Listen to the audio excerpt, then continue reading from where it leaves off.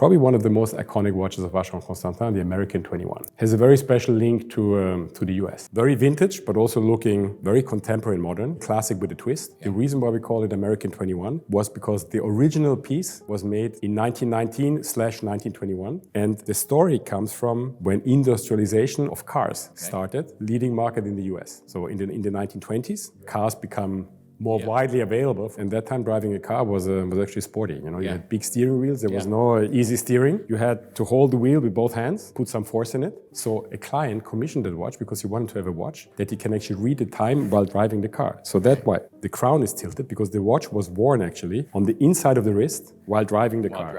A second evolution of the story then came a few years later.